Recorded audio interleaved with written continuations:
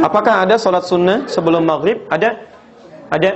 Ya, namanya sholat mutlak. Ada di hadis Abu Daud nomor hadis 1258. Abu Daud nomor hadis 1258. Sholat sunnah yang terkait mungkin waktunya dekat dengan sholat fardu yang 5 waktu itu, ini dibagi 2 bagian. Ini teorinya supaya dipahami dengan baik ya. Ada yang disebut dengan sholat rawatib. Apa artinya rawatib? Kalau tidak tahu katakan. Baik. Apa artinya rawatib? Baik. Rawatib itu jamak dari kata ratib. Apa artinya ratib? Baik. Bukan Allahu a'lam. Ratib itu adalah sesuatu yang tersusun dengan rapi atau berurutan sifatnya. Tersusun berurutan atau tersusun dengan rapi. Makanya diserap ke dalam bahasa Indonesia menjadi tertib. Tertibkan berurutan, rapi. Ada sholat-sholat sunnah yang waktunya tersusun rapi berurutan dengan sholat fardu. Terletak sebelumnya atau setelahnya. Jumlah rawatib ini itu ada 12 sholatnya. Diketahui jumlah 12 ini dari hadis riwayat At-Tirmidzi. Nama aslinya Muhammad, berasal dari Tirmidz, disebut dengan At-Tirmidzi. Nomor hadis 414 riwayat Ummu Habibah radhiyallahu taala anha. Man shalla 12 raka'atan, siapa yang salat 12 rakaat fi yaumin wa lailatin, yang mengiringi salat fardunya siang dan malam. Arba'an qabla dhuhri, 4 rakaat sebelum zuhur. Baik. Perhatikan, raka'ataini ba'daha, 2 rakaat setelah zuhur. Kemudian raka'ataini ba'dal maghrib, 2 rakaat setelah maghrib.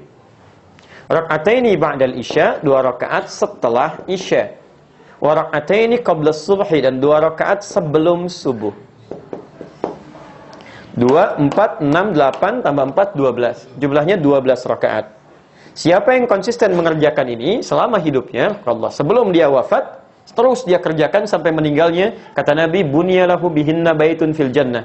Akan dibalas oleh Allah kerja kerasnya ini dengan dibangunkan satu rumah untuknya di surga. Luar biasa. Ini. Nah, Ummu Habibah ketika mendengar kalimat Nabi ini, maka berkata pada dirinya, bima ma'na, laqad a'azamtu nafsi alla atrukaha tula hayati. Saya enggak akan pernah tinggalkan ini selama hidup saya. Bayangkan enggak? Ummu Habibah itu istri Nabi, orang paling mulia, Ummul Mukminin, di surganya bersama Nabi, jelas sudah punya rumah, kelasnya elit luar biasa. Ketika mendengar kalimat ini yang amal dan sunnah, kata beliau, saya enggak akan tinggalkan ini selama hidup saya. Istri Nabi, dekat dengan Nabi, ahli surga, surganya terbaik, rumah paling elit, mendengar amalan sunnah, saya enggak akan tinggalkan. Ada perempuan, bukan di sini, di luar sana, bukan istri Nabi, tidak dekat dengan Nabi, belum jelas status surganya, amalan berantakan, hisab menegangkan. Masya Allah, ditawarin surga, rumah di surga, jangankan sunnahnya, yang wajibnya pun kadang terlambat. Cita-cita masuk surga Firdaus tanpa hisab. Masya Allah. Luar biasa. Nah, ketemu ini, teruskan. Sebentar, teruskan dulu, belum selesai.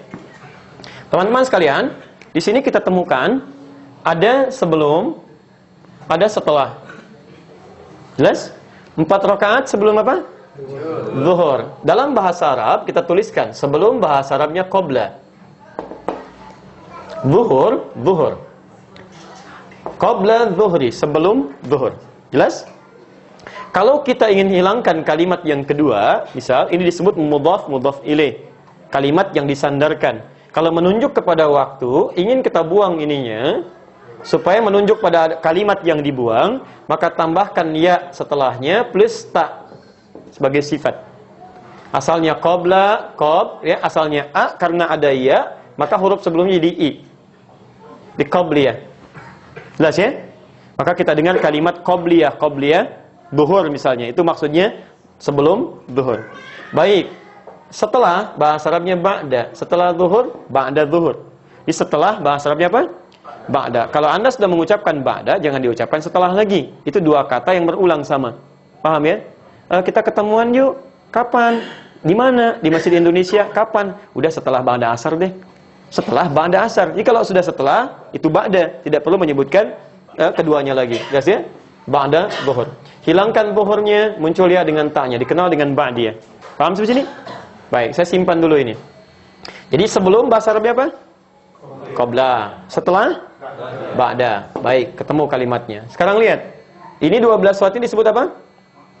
Rawatib. Kenapa disebut rawatib? Karena susunannya teriring langsung dengan salat fardu, baik sebelum atau setelahnya, dan punya fungsi melengkapi salat fardu. Jadi yang kurang di salat fardu dilengkapi oleh ini. Nah, ada salat ini di luar yang ini yang rawatib disebut dengan mutlak. Mutlak. Sifatnya ditunaikan, terdiri dari dua waktunya. Satu, ada yang memang berdekatan dengan salat fardu, tapi dia tidak punya fungsi menyempurnakan salat fardu. Fungsinya fungsi sendiri, terpisah dari yang fardu. Cuman waktunya berdekatan. Contoh, asar. Asar ini ada sunnahnya mutlak 4 rakaat. Ditemukan di Abu Daud nomor hadis 1257. Riwayatnya Ibnu Umar radhiyallahu taala anhuma. Ya, kata Nabi, rahimallahu ra'an shalla qabla al-'asri arba'an. Allah merahmati seseorang yang bisa salat 4 rakaat sebelum zuhur. Paham? 4 rakaat sebelum asar. Baik, 4 rakaat sebelum asar. Saya ralat 4 rakaat sebelum asar. Ini masuk kategori salat apa? Mutlak. Paham sampai sini? Baik, ada juga yang waktunya terpisah jauh dengan salat fardu. Misal tahajud, qiyamul lail, salat duha, ya salat wudu, salat tahiyatul masjid, salat di belakang makam Ibrahim. Maka ada salat yang kedua yang sifatnya terpisah jauh waktunya dari salat fardu. Di antara salat mutlak juga yang berdekatan waktunya dengan salat fardu, tapi dia mutlak bukan rawatib, adalah qabliyah maghrib. 2 rakaat. Dalilnya Abu Daud nomor hadis 1258. Ya, kata Nabi, lihat kalimatnya. Ya. Sallu qabla al-maghrib rak'atain liman yasha. Silahkan salat sebelum maghrib 2 rakaat bagi yang ingin. Ingat, ada kalimat bagi yang ingin. Beda redaksi ini dengan salat-salat yang lainnya. Wala tattakhidhuha sunnatan, tapi jangan dibiasakan. Apa maksudnya kalimat ini? Salat 2 rakaat sebelum maghrib ini, sekalipun statusnya sunnah, masuk dalam mutlak, tapi tidak begitu dianjurkan oleh Nabi. Ya, karena waktunya yang sangat singkat, mepet antara adzan dengan iqamah, plus dari maghrib ke isya.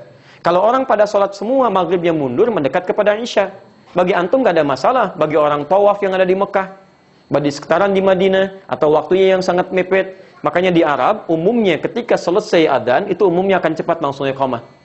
Nah, kalau misalnya Anda dalam situasi sudah baca Al-Quran, sudah berdoa, karena doa antara adzan dengan iqamat cepat dikabulkan, lebih cepat dikabulkan, Anda berdoa, sudah baca Al-Quran, masih ada waktu, orang pada belum datang, Anda ingin sholat, maka dipandang lebih bagus sholat daripada melakukan tindakan-tindakan yang tidak tepat. Ya, Anda malah bikin status, belum ada orang nih, sedang menunggu sholat maghrib. Paham ya? Sudah.